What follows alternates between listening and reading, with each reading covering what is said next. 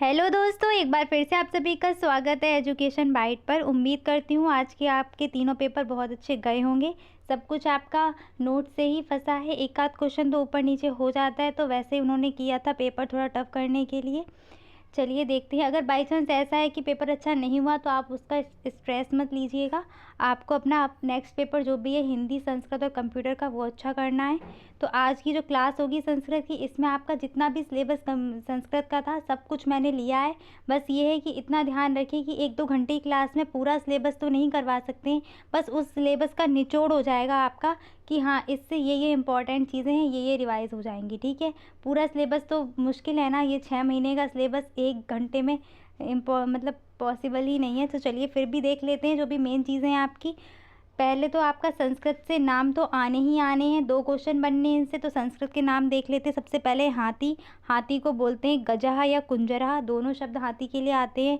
घोड़ा, घोटक, अश्वा। अच्छा, एक चीज़ ध्यान रखना, अगर आपको तत्सम शब्द आते हैं ना, किसी भी हिंदी में आपने तत्सम और तद्भव सुने होंगे ना, अगर आपको तत्सम शब्द आते, कोई ऐसी चीज़ जैसे आँख है, आँख का तत्सम क्या होता है? नेत्र होता है, नयन हो जाएगा। तो अगर आपको तत्सम आता है ना, तो आप उन तत्सम शब्दों को लिख सकते हो कि तत्सम शब्द ही आपके संस्कृत वाले होते हैं।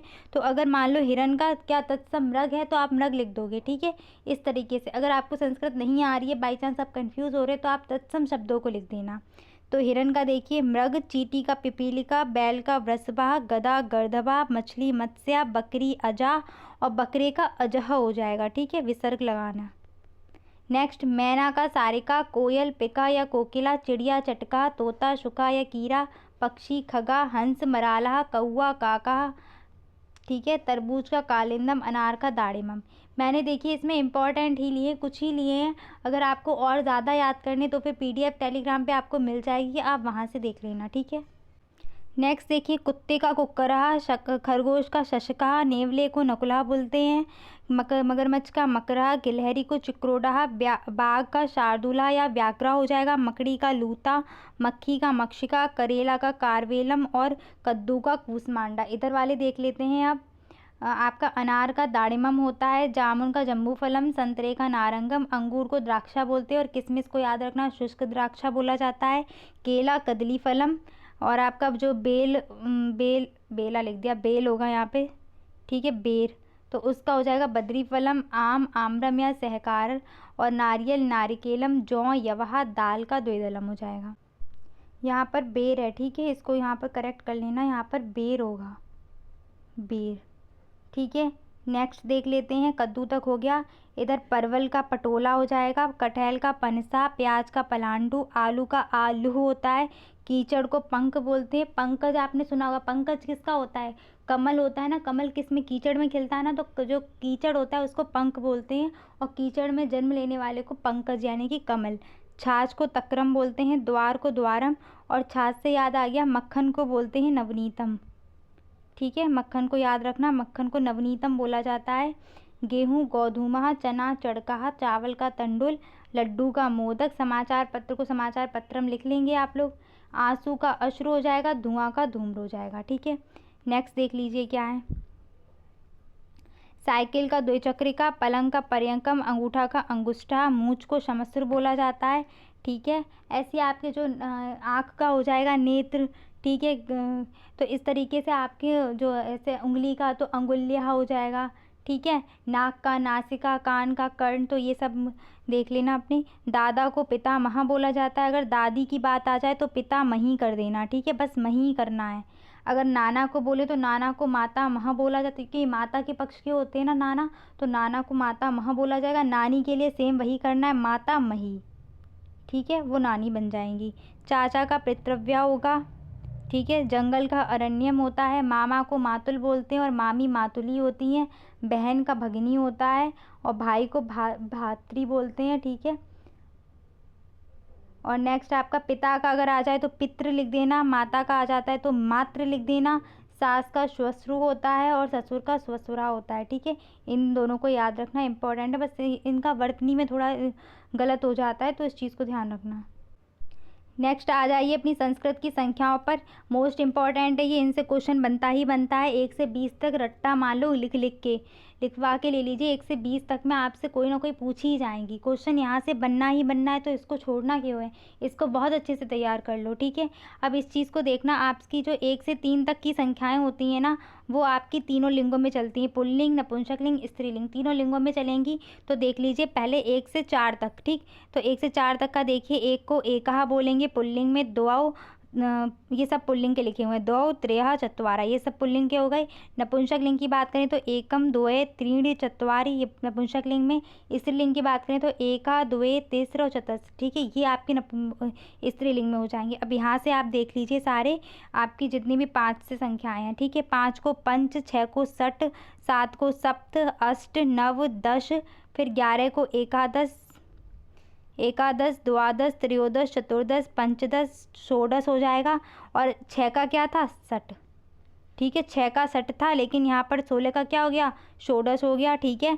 सप्त का क्या होगा, सप्तदश, 8 का 18 का 17 का सप्तदश, 18 का अष्टादश हो जाएगा, 19 का नवदश या एकोनविंशति, ऊनविंशति, ठीक है। इस चीज़ को ध्यान रखना, एकोनविंशति भी 19 है, ऊनविंशति भी 19 है। ऑब्जेक्टिव में पूछ सकता है कि निम्नलिखित में से कौन सा 19 की संस्कृत नहीं है, तो आपको एकोनविंशति भी देगा, ऊनविंशति भी, नवदश भी देगा, तो वहाँ पे आप कंफ्यूज हो जाएंगे। और 20 की क्या होती है, विंशति। आप देख भी सकते हैं कितनी बार ये क्वेश्चन पूछा भी गया है एग्जाम में। 2016, 17, 18 में एक बार आया भी है ये, ठीक है। 11 से 20 तक, तो आपको 1 से 20 तक की याद करनी है। नेक्स्ट देख लीजिए, संज्ञा किसे कहते हैं। तो संज्ञा किसी वस्तु, स्थानीय, स्थान, प्राणी, इन सब के नाम को संज्ञा कहते हैं। वही जो आपने बचपन से डेफिनेशन अभी तक पढ़ी हुई है ना संज्ञा की, वही आपको लिख देनी है और आप एग्जाम पर लिख देना। अब देखो आपने संस्कृत में इतने सारे नाम पढ़ लिए हैं ना, तो आप संस्कृत में लिख देना कैसे। राम लिखना है तो रामः लिख देना, मोहन लिखना है तो मोहना लिख देना, ठीक है। इस तरीके से बालक लिखना है तो बालका लिख देना। आपने रूप पढ़ लिए ना संस्कृत में, तो नाम भी संस्कृत में लिख देना, ठीक है। संज्ञा की परिभाषा संस्कृत में क्या होती है, संसारे व्यक्ति जातीनाम वस्तूनाम स्थानानाम भावानाम च नामानि संज्ञा भवति। संसार में व्यक्ति, जाति, वस्तु, स्थान, भाव, इन सभी के नाम को संज्ञा बोलते हैं, ठीक है। जैसे यहाँ पर वस्तु के दिए हैं द्वार, पुस्तक, कमल, कुछ भी एग्जाम्पल, आप कंदुक वगैरह कुछ भी एग्जाम्पल लिख सकते हैं। नेक्स्ट संज्ञा के भेद देख लो, तो 3 इसके मुख्य भेद हैं। उसके बाद इन्हें 3 में से जातिवाचक को 2 भागों में बांट दिया गया है। समूह और द्रव्यवाचक में, व्यक्तिवाचक में क्या होगा, जो स्पेशली व्यक्ति को बताएगा, जैसे राम हो गया, ठीक है। किसी मतलब प्रॉपर नाउन। अगर आप कंफ्यूज हो यहाँ पर तो इसको याद रखना, प्रॉपर नाउन, ठीक है, जो किसी व्यक्ति विशेष को बताएगा। नगर विशेष, ठीक है। अगर मान लो नगर बोलते हैं तो नगर क्या है, एक कोई मतलब कॉमन सा हो गया ना नगर। और अगर आप कोई भी नगर का नाम ले लो, ठीक है, तो वो जैसे आगरा, कानपुर, ये सब क्या हो जाएंगे, कोई विशेष नाम ले दिया ना, तो वो प्रॉपर नाउन व्यक्तिवाचक संज्ञा में आ जाएगा। जातिवाचक में आपका कॉमन नाउन, आपने सुना है ना, तो कॉमन वाला आ जाता है। भाववाचक में आपका मतलब जो भावनाएं होंगी, दुख सुख, ये सारे आ जाएंगे। समूहवाचक में जो कलेक्शन होता है, कलेक्टिव नाउन इंग्लिश में बोलते हैं इसको, तो कलेक्शन से समझ लेना। और द्रव्यवाचक मटेरियल नाउन, जिससे कोई धातु या कोई भी पदार्थ है जिससे कुछ ना कुछ चीज़ बनाई जा सके, तो वो आ जाएंगे आपके इसमें, ठीक है। नेक्स्ट यहाँ से आपके क्वेश्चन बन सकता है कि अकारांत उकारांत, इस टाइप से क्वेश्चन यहीं से बनता है। तो देखिए ये अकारांत उकारांत ये सब है क्या, तो जो आपका वर्ण है या जो भी शब्द है, ये जिस स्वर पे अंत होता है उसी से इसका नाम दे दिया है। एक साइड मैंने पुल्लिंग लिखे हुए हैं, फिर स्त्रीलिंग, फिर नपुंसकलिंग, ठीक है। अकारांत पुल्लिंग की बात करें तो राम, बालक, वृक्ष, देव, गज, ठीक है, ये सब आ जाएंगे अकारांत पुल्लिंग में। स्त्रीलिंग कोई होता नहीं है इसमें। अकारांत नपुंसकलिंग की बात करें तो जल, पुष्प, ग्रह, मित्र, पुस्तक, ठीक है, पुष्प वगैरह सब आपका इसमें आ जाएगा, ठीक। फल भी आता है इसमें, फल को भी ध्यान रखना, ठीक। पुष्प तो था ही, फल नहीं था, फल आ जाएगा, ठीक है। आकारांत, तो आकारांत में आपका पुल्लिंग नहीं होता, नपुंसकलिंग नहीं होता, कौन सा होता है, केवल स्त्रीलिंग होता है, जैसे बालिका, रमा, लता, वाटिका, ठीक है। जितने भी नाम होते हैं ना लड़कियों के, जो बड़े आप मतलब दीर्घ आ पर, बड़ा आ नहीं बोलेंगे, दीर्घ आ बोलेंगे, ठीक है। दीर्घ आ पर जो खत्म होंगे तो वो सारे स्त्रीलिंग होंगे। अब बड़े हो गए ना हम लोग को दीर्घ और ह्रस्व के बारे में पता है ना, तो हम बड़ा छोटा क्यों बोले, हमें सीधे दीर्घ और ह्रस्व बोलना चाहिए। नेक्स्ट है आपका इकारांत, तो इकारांत में आपका पुल्लिंग में आपके कवि, मुनि, सखी, पति, ये सभी आ जाएंगे, ठीक है। सखी को ध्यान रखना। पति भी आपका पुल्लिंग में आता है, वो भी कौन से, इकारांत में, ठीक है। स्त्रीलिंग अगर इकारांत की बात करें तो मति, रात्रि, शक्ति। देखो क्वेश्चन अच्छा है, यहाँ से कैसे बनेगा उस चीज़ को समझ लो। सीधे सीधे पूछता है कि जैसे वारी शब्द कौन से लिंग का है और कौन सा रांत है इसमें, तो क्या वारी क्या है, नपुंसक लिंग का है और इकारांत है, ठीक है। आप ये तो समझ जाओगे कि कौन से स्वर से अंत हो रहा है, लेकिन ये आप भूल जाएंगे कि ये कौन सा है, नपुंसक लिंग है या पुल्लिंग है। ठीक है, तो बस आपको कुछ याद रखने जिस पे इंपॉर्टेंट लिखा हुआ है, जैसे वारी, अक्षि, दधि, अस्थि, ये सब नपुंसक लिंग में आएंगे। ठीक है, और कवि, मुनि, पति, हरि, हरि भी आता है इसमें। ठीक है, हरि को भी ध्यान रखना, वो सब आपके पुल्लिंग में आएंगे। अगर स्त्रीलिंग की बात करें तो स्त्रीलिंग के ईकारांत में आता है नदी, श्री, गौरी, जननी इत्यादि। ठीक है, नेक्स्ट उकारांत की बात करते हैं तो उकारांत में देख लीजिए आपका उकारांत है ये। ठीक है, ऊ वाला, तो गुरु, भानु, साधु, विष्णु, शिशु, ये सब आ जाएंगे उकारांत में। स्त्रीलिंग की बात करें तो धेनु, रेणु, तनु, ये सब आ जाता है। धेनु गाय वाला धेनु। ठीक है, गाय को धेनु बोलते हैं ना। नपुंसक लिंग में मधु, मधु शहद होता है। शमश्रु दाढ़ी होती है। अश्रु आंसू आ जाएंगे। दारू होती है लकड़ी, ये आ जाएगा आपका नपुंसक लिंग में। ये है ऊकारांत। तो ऊकारांत में आपका पुल्लिंग नपुंसक लिंग नहीं होगा, कौन सा होगा, स्त्रीलिंग होगा, वधु, भूर, रानू। ठीक है, ये इसमें आ जाएंगे।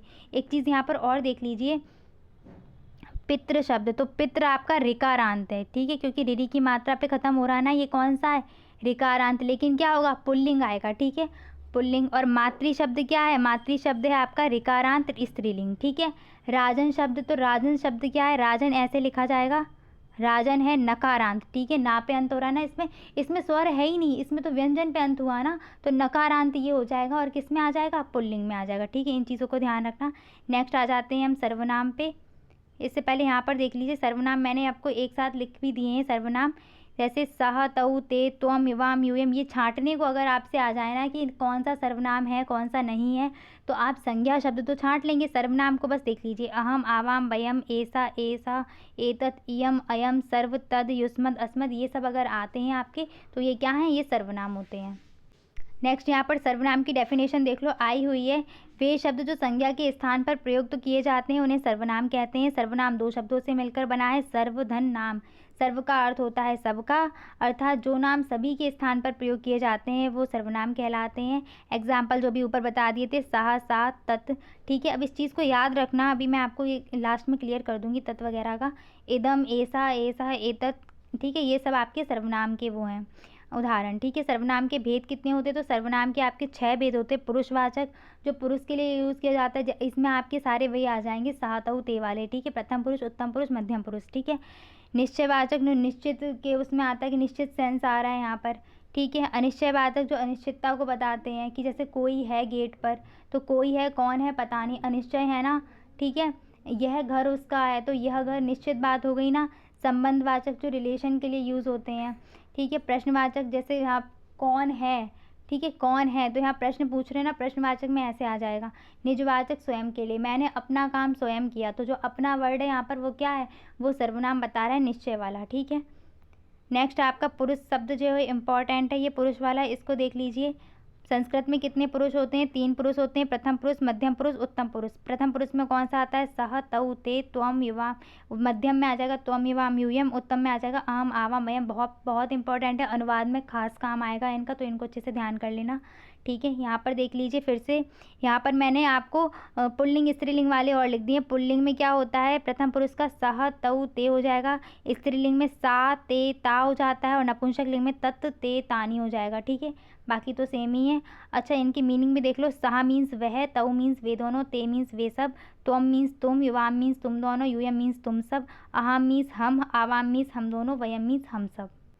नेक्स्ट लिंग को देख लीजिए, लिंग क्या होता है, तो संज्ञा और सर्वनाम के जिस रूप से व्यक्ति या वस्तु के स्त्री, पुरुष या नपुंसक होने का बोध होता है तो उसे लिंग कहते हैं। ठीक है, तो अब इसमें पुरुष जाति में तो आप पुरुष के नाम लिख सकते हैं, स्त्रीलिंग में क्या है कि स्त्रियों के नाम लिख सकते हैं। ठीक है, और नपुंसक लिंग में जो मैंने आपको पुस्तक, कमल, ये सब बताए हुए हैं, इन सब के फूल वगैरह, इन सब के नाम लिख देना। ठीक है, याद रखना कि जो मित्र है ये भी नपुंसक लिंग है, अभी आपको बता दिया था। वारी पानी का पर्यायवाची होता है, ये भी नपुंसक लिंग में आया। दधी, दधी भी आपका नपुंसक लिंग में आएगा। ठीक है, तो जो भी अभी नपुंसक लिंग के मैंने एग्जाम्पल दिए ना, इनको दिमाग में रखना और इन सबको लिख देना।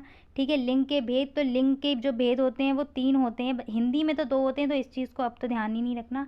जो आपके संस्कृत में लिंग के भेद हैं वो 3 होते हैं, स्त्रीलिंग, पुल्लिंग और नपुंसक लिंग। पुल्लिंग में क्या होगा कि पुरुष जाति का बोध होगा, स्त्रीलिंग में स्त्री जाति का बोध होगा, और नपुंसक लिंग में ना तो पुरुष का बोध होगा ना ही स्त्री का बोध होगा, वो नपुंसक लिंग में आते हैं। ठीक है, नेक्स्ट क्या है, वचन कितने होते हैं? तो देखिए वचन आपके संस्कृत में 3 होते हैं, एक वचन, द्विवचन, बहुवचन। अब वचन होता क्या है? तो जिन शब्दों से किसी वस्तु अथवा व्यक्ति की संख्या का बोध होता है वही क्या कहलाते हैं? वचन कहलाते हैं। संस्कृत में संज्ञा, सर्वनाम, क्रिया आदि के शब्द संख्याओं का बोध कराते हैं। ठीक है, तो देखिए कैसे, जैसे आप अनुवाद करते हो ना, तो अनुवाद में मैं क्या बोलती हूँ कि अगर कर्ता प्रथम पुरुष का है तो क्रिया भी प्रथम पुरुष की लगेगी। ठीक है, लेकिन कर्ता, अब एक चीज़ और सुनिए, अगर कर्ता एक वचन का है तो क्रिया भी एक वचन की होगी, कर्ता द्विवचन का है तो क्रिया भी द्विवचन की होगी। तो वही पॉइंट यहाँ पर लिखा हुआ है कि संज्ञा सर्वनाम भी वचनों को बताते हैं, एक वचन, द्विवचन और बहुवचन को। ठीक है, जैसे राम का यहाँ पर संज्ञा में प्रदर्शित किया, रामः, रामौ, रामा। अगर हम सर्वनाम की बात करें तो सह एक वचन बता रहा है, तऊ द्विवचन बता रहा है, ते बहुवचन बता रहे हैं। क्रिया की बात करें तो पठति एक वचन को बताएगी, पठता द्विवचन को और पठन्ति बहुवचन को। ठीक है, इस चीज़ को ध्यान रखना। हिंदी में आपके सेम वही वचन 2 होते हैं, लेकिन आपके संस्कृत में वचन 3 होंगे, एक वचन, द्विवचन, बहुवचन है। हालांकि इंग्लिश में भी आपके 2 ही वचन होते हैं, ठीक है, सिंगुलर और प्लूरल, लेकिन यहाँ पर संस्कृत में आपके कितने वचन होंगे? 3। अगर इनकी डेफिनेशन लिखने को आए तो लिख सकते हैं कि जिन संज्ञा शब्द से व्यक्ति के एक होने का बोध होता है वो एक वचन, 2 होने का बोध होगा वो द्विवचन हो जाएगा, और 2 से अधिक का बोध होता है वो क्या होता है? बहुवचन होगा। ठीक है, नेक्स्ट आ जाइए कारक की संख्या पे। तो ध्यान रखना, आपकी कारक की संख्या जो है संस्कृत में 6 होती हैं, परंतु हिंदी में 8 होती हैं। अगर संस्कृत में विभक्तियों की बात करें तो विभक्तियां आपकी 7 होती हैं, यहाँ पर लिखा हुआ है। ठीक है, विभक्तियां कितनी होती हैं? 7 होती है। अब इनके चिन्ह देख लेते हैं, तो देख लीजिए चिन्ह क्या है। प्रथमा कर्ता ने द्वितीय कर्म को तृतीया करण से या द्वारा, ठीक है, यहाँ पर से भी आ सकता है। चतुर्थी संप्रदान के लिए पंचमी अपादान से अलग करने में, षष्ठी संबंध काकी के रारीरे, सप्तमी अधिकरण में पे पर, और प्रथमा ही इसमें होती है संबोधन में हे भो अरे।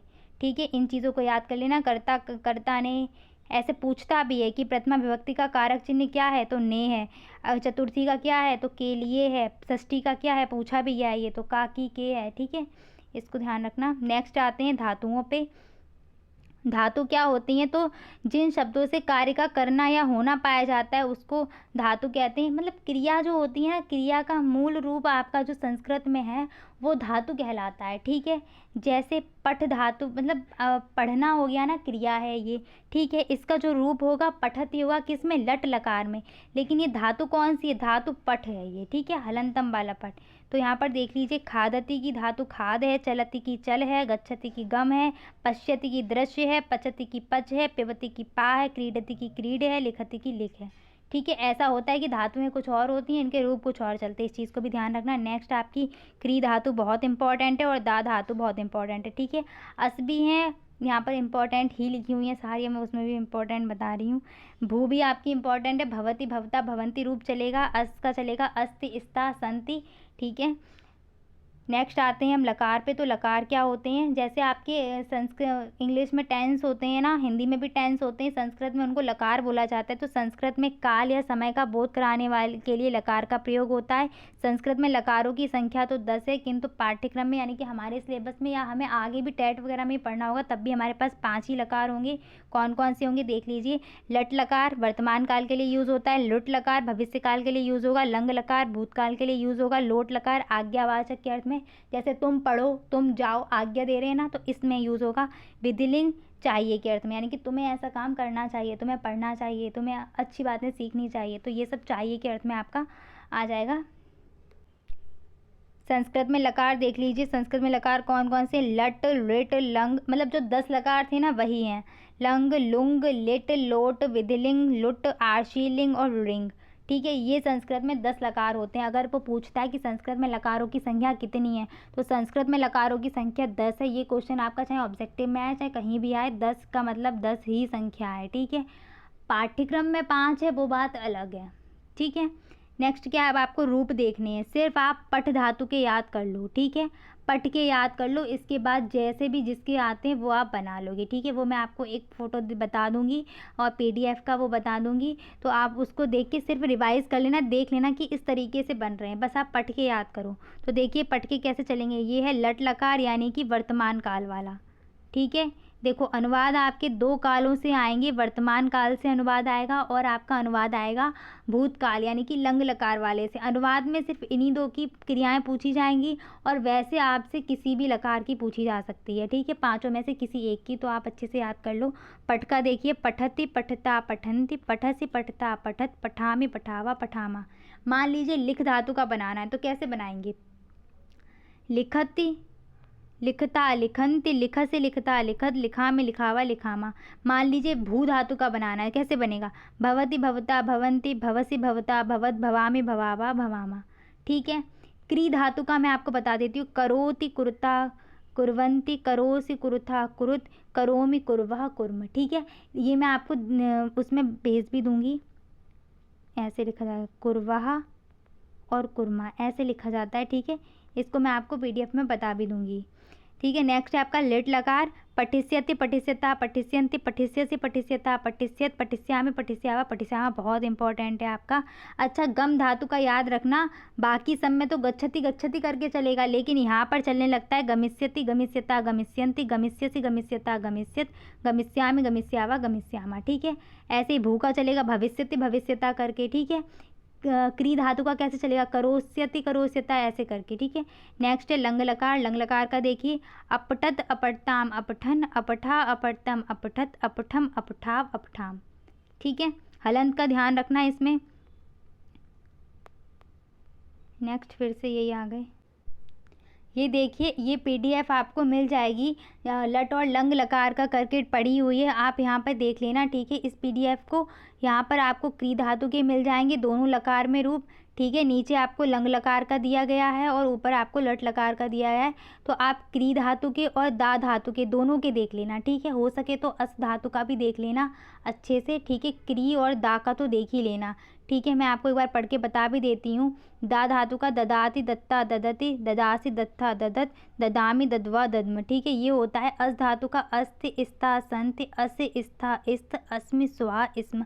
अगर यहाँ पर आपको नहीं दिख रहा है तो कोई दिक्कत नहीं है, PDF आपको टेलीग्राम पे मिल जाएगी, पड़ी हुई है, आप वहाँ से देख लेना आप। नेक्स्ट आ जाते हैं हम राम के रूप पर, ठीक है। तो देखिए ये सब आपको खुद ही रिवाइज करना पड़ेगा, राम वगैरह के मैं आपको यहाँ पर एक बता देती हूँ किस किस के आपको देखने हैं। राम के रूप देखने हैं, लता वगैरह के देख लेना, तत् के देखने हैं, ठीक है, तत् के। और किसके, अस्मद युष्मद से तो आना ही आना है, अस्मद से आएगा और किससे आएगा, युष्मद से। अस्मद युष्मद से आपका पूछा जाता है रूप। हरि मुनि इन सब के, नदी के देख लेना, ठीक है, एक बार रिवीजन नदी का कर लेना। सर्वनाम में आपका तत् अस्मद युष्मद इनसे तो बनना ही बनना है, ठीक है। फलम फले फलानी वो वाला देख लेना, ठीक है, फलम फले फलाने आपका पूछा जाता है, ठीक है। इन सब की PDF आपको इन सब की PDF मिल जाएगी, ठीक है, पड़ी हुई है पहले से ही। अब हम नेक्स्ट अपने इम्पॉर्टेंट टॉपिक पर आते हैं, अनुवाद पर। अच्छा, अभी मैं आपको इस वाले जो रूप है ना विभक्ति वचन वाले से, इससे मैं इम्पॉर्टेंट क्वेश्चन लास्ट में करवा दूंगी, तो आप परेशान मत हो, रिवीजन तो आपको खुद ही करना पड़ेगा, बस उनमें से आपका एक तरीके से टेस्ट हो जाएगा, ठीक है। तो वो देख लेना अभी। इसमें ये देखिए अनुवाद के लिए हमें क्या करना होता है, सबसे पहले तो मैं पुरुष और वचन पता है ना, तो देखिए सह तौ ते, त्वम युवाम यूयम, अहम आवाम वयम। अब इनके साथ क्रिया कैसे लगेगी, तो क्रिया को देखना, सा के साथ पठती आएगा, ठीक है, तऊ के साथ पठता आएगा, ते के साथ पठंती आएगा, त्वम के साथ पठसी आएगा, युवाम के साथ पठता आएगा, यूयम के साथ पठत आएगा। क्यों आएगा ये चीज़, ये क्या है, ये मध्यम पुरुष द्विवचन है, तो इसके साथ कर्ता भी क्या आएगा, मध्यम पुरुष द्विवचन का। जैसे पठसी को ले लो, ये क्या है, मध्यम पुरुष एक वचन है, तो कर्ता भी क्या आएगा, मध्यम पुरुष एक वचन का, इसलिए ऐसा होता है। नेक्स्ट आ जाते हैं अनुवाद पे। तो फर्स्ट क्या है, यूयम पठत। यूयम मीन्स क्या होता है, तुम दोनों। पठत मीन्स क्या हो जाएगा, पढ़ते हो। याद रखना, अगर आ लगा हुआ मिल जाए आपको तो वो क्या हो जाएगी, वो फिर लट मतलब लंग लकार, भूतकाल की बात हो गई, तब वहाँ पे थे लगाना पड़ेगा, ठीक है। और अगर आगच्छत को ध्यान रखना, आगच्छत एक ऐसा शब्द है, आगच्छति इसका मतलब होता है आना, ठीक है, इसको आप लंग लकार का मत समझ लेना, ठीक है। नेक्स्ट क्या है, अहम पठामी। अहम मीन्स मैं, पठामी मीन्स पढ़ता हूँ, ठीक है। आवाम गच्छावा, आवाम मीन्स क्या होता है, अहम आवाम हम दोनों जाते हैं। वृक्षात फलम अपतत। अब यहाँ पर ध्यान दो, अपतत है ना, यानी कि गिर चुके हैं पहले ही पत्ते, ठीक है। तो क्या होगा, वृक्षात, यानी कि वृक्षात कौन सी पंचमी विभक्ति है इसमें, तो वृक्ष से क्या हुआ, फल था, गिर चुका है, तो कैसे लिखोगे, वृक्ष से फल गिरा था, ठीक है। सह पुस्तकम पठति, वह पुस्तक पढ़ता है। नेक्स्ट क्या है, वृक्ष पर 3 पत्ते हैं, तो क्या बनेगा इसका, वृक्ष पर, तो देखिए अधिकरण में पे पर कौन सी सप्तमी विभक्ति है, सप्तमी विभक्ति में राम के रूप क्या होता है, राम का रूप होता है राम में, ठीक है। तो वृक्ष का क्या बनेगा, वृक्षे, इसको दूसरे कलर से कर देते हैं, वृक्षे, ठीक है। और पत्ते कितने हैं, 3 हैं। अभी नपुंसक लिंग की संस्कृत मैंने 3 की क्या बताई थी, त्रीणी, तो क्या हो जाएगा, त्रीणी। अब पत्ते के लिए क्या लगा है, तो देखिए पत्ता यहाँ पर 2 से अधिक है, यानी कि बहुवचन का है ना। और आप जानते हैं फलम फले फलानी, फल होता है एक वचन में, फले होता है द्विवचन में, फलानी होता है बहुवचन में। तो पत्रम पत्रे पत्राणी, इसलिए पत्राणी आ जाएगा। और अस्ति स्था संति, यानी कि क्रिया भी बहुवचन वाली आनी है, तो संति आ जाएगी, ठीक है, बहुवचन की। नेक्स्ट क्या है इसका, राम के पास 2 फूल हैं। तो राम के पास, जब किसी के पास कोई चीज़ होती है, यानी कि जब निकसा शब्द का यूज़ करना पड़ेगा, तब हमें वहाँ पर द्वितीय विभक्ति लेनी पड़ेगी। तो राम की द्वितीय क्या हो जाती है, रामम। निकसा 2 की संस्कृत बताई थी, द्वय पुष्पे। और अब देखो यहाँ पे इस्ताह लगाना, अस तो धातु थी, अस धातु का अस्ति होता है एक वचन में, इस्ता होता है द्विवचन के लिए, तो 2 फूल थे इसलिए द्विवचन का आया। और फिर संति होता है बहुवचन का, इसलिए ऊपर आ गया था संति, ठीक है। नेक्स्ट देखते हैं, राम, अच्छा, वृक्ष से पत्ते गिरते हैं, फिर आ गया ये, तो वृक्ष से पत्ते गिरे, तो वृक्ष से क्या, वृक्ष से पत्ते अलग हुए ना, तो वृक्षात पंचमी विभक्ति, पत्ते है ना, तो पत्राणी। और पत्राणी पत्ते कई सारे, इसलिए क्या आ जाएगा, पतंती, ठीक है। राम ने रावण को मारा, इसका हो जाएगा रामः रावणम हतवान। मैं प्रतिदिन विद्यालय जाता हूँ, मैं की हो जाएगी अहम, प्रतिदिन की प्रतिदिनम विद्यालयम। और फिर अहम के साथ क्या आएगा, गच्छामि, गच्छति नहीं कर देना, ध्यान रखना, गच्छामि आएगा, ठीक है। नेक्स्ट क्या है, वह विद्यालय से आता है, तो वह के लिए क्या हो जाएगी, सह।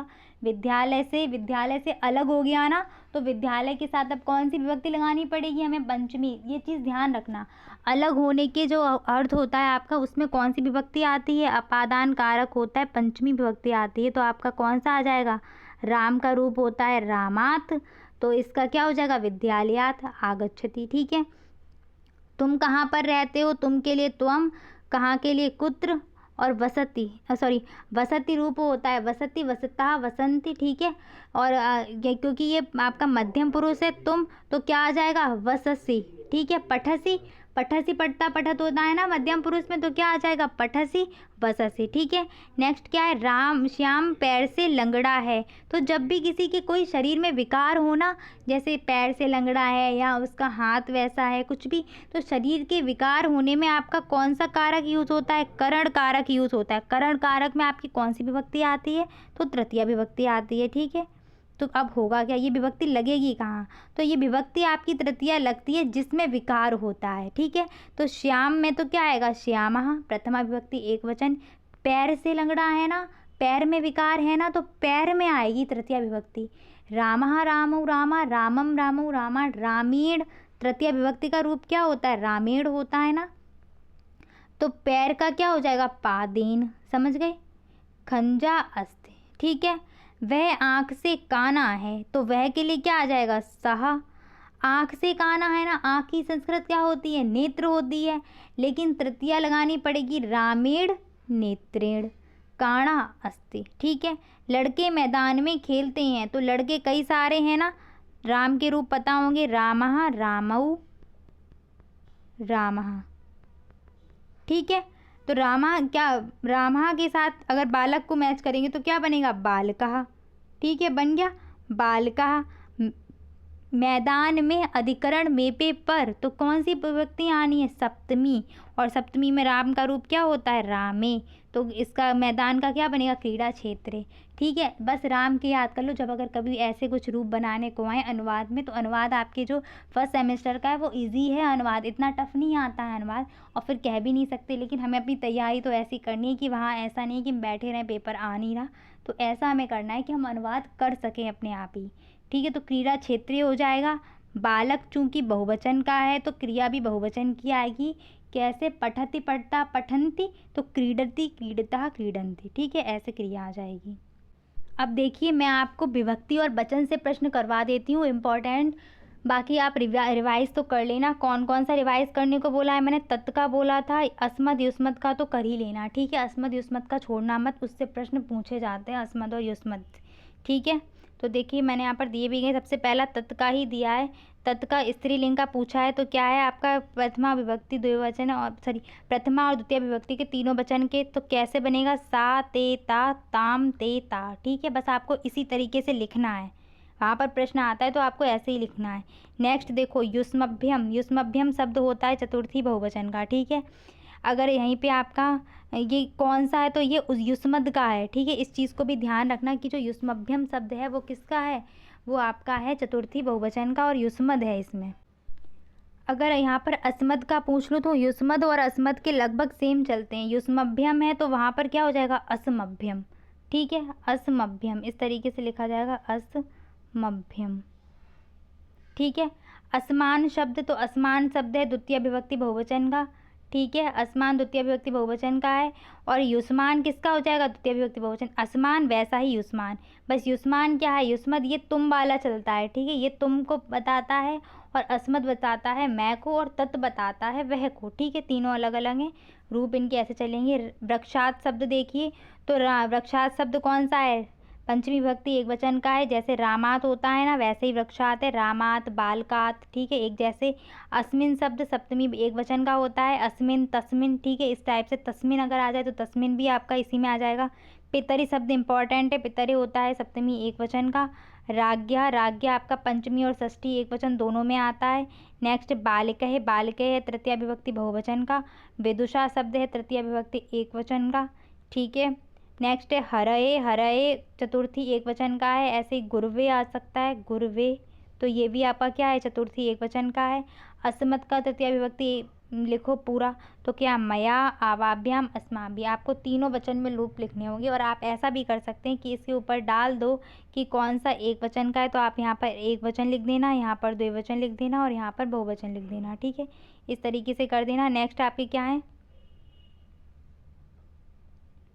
नेक्स्ट यहाँ पर मुनि, मुनि भी, तो मुनि भी क्या है, तृतीय विभक्ति बहुवचन। आपको देखिए इस चीज़ को याद रखना, भी मिल जाए ना तो ये हमेशा तृतीय विभक्ति बहुवचन का ही रूप मिलेगा। ठीक है, ये वाला भी वाला, इसको ध्यान रखना। पत्तियों शब्द सप्तमी एक वचन का है। नदी, नदी और नदिया दोनों ही आपके बहुत इंपॉर्टेंट है। नदी है द्विवचन, द्वितीय विभक्ति बहुवचन का, और नद्या शब्द आपका षष्ठी और पंचमी दोनों का क्या है, एक वचन है। ठीक है, ये मैंने इंपॉर्टेंट करवा दी। मैं आपको अब भी यही बोलूँगी, अस्मद युष्मद के देख लेना, राम के रूप देख लेना। ठीक है, हरि गुरु, अगर आपने पहले से याद किए तो आपको तो सारे देखने पड़ेंगे। अगर अभी तक कोई रूप याद नहीं किया है तो उसके लिए मैं सिर्फ आपको यही ट्रिक बता सकती हूँ कि इतने याद कर लो। ठीक है, अब यहाँ पर एक चीज़ और देख लो, एक तो भी वाला क्या होगा, तृतीय विभक्ति बहुवचन का होगा। नाम या नाम कुछ मिल जाए, राम मिल जाएगा या फिर नाम मिल जाएगा, ये कौन सा होगा, षष्ठी विभक्ति का बहुवचन हो जाएगा। ठीक है, सु शब्द मिल जाएगा आपका, तो ये क्या हो जाएगा, तो ये आपका सप्तमी का बहुवचन होगा। ठीक है, ये कुछ हैं तो इनको ध्यान रखना। ठीक है, बाकी रिवीजन तो आपका सारा हो ही गया। दूसरा आपको क्या देखना है, इसमें नीति वाले जो श्लोक हैं आपको वो देख लेना, नीति विषयक श्लोक देख लेना। उसकी वीडियो पड़ी हुई है, ज़्यादा बड़ी नहीं होगी। आपको अगर फंसना होगा पेपर में कोई श्लोक तो वहाँ से आ जाएगा, श्लोक एक याद भी कर लेना अपना। और श्रव्य दृश्य सामग्री इसमें मैंने नहीं करवाया है, तो श्रव्य दृश्य सामग्री का इतना तो मान के चलती हूँ, शिक्षण अधिगम का पेपर कल ही दिया है, तो वहाँ से जो भी आपका आएगा वो आप देख सकते हैं। अब मैं आपको यहाँ पर कंप्यूटर का और बता देती हूँ। तो कंप्यूटर में आपको क्या करना है कि कंप्यूटर की मैं आपको वीडियो या तो कमेंट सेक्शन में पिन कर दूँगी। एक कंप्यूटर की सर ने बनाई हुई है इंपॉर्टेंट क्वेश्चन वाली, आप वो सारे इंपॉर्टेंट क्वेश्चन देख लेना, वहाँ से कोई ना कोई आपको फंस ही जाएगा पेपर में। और हिंदी में आप क्या करोगे, हिंदी में आपको एक लिपि और वर्ण वाली, लिपि वर्ण अयोगवाह अनुस्वार की एक वीडियो मिल जाएगी। एक आपको विराम चिन्ह वाली पड़ी होगी, विराम चिन्ह वाली आप देख लेना। और उसके बाद आपको देखनी है एक जिसमें सारे सस्वर वाचन, अनुलेख सुलेख ये सब करवाया है, आप वो देख लेना। तो ये 3-4 वीडियो आप देख लोगे विलोम समानार्थी वाली, आपका वहाँ से काम हो जाएगा। और अगर आपने नोट्स बनाए हुए हैं तो फिर तो बहुत अच्छी बात है। देखिए मैं वो वीडियो बस ये इसलिए बोल रही हूँ क्योंकि उस वीडियो में मैंने कंप्लीट हिंदी करवा दी थी आपकी। ठीक है, तो वहाँ से आपका ना पूरा निचोड़ ऑटोमेटिक पहले से ही डला हुआ है हिंदी का, तो अगर आपने नहीं देखी है तो आप वो देख लेना। ठीक है, बाकी all the best, thanks for watching and please like share and subscribe my channel. Bye bye, take care.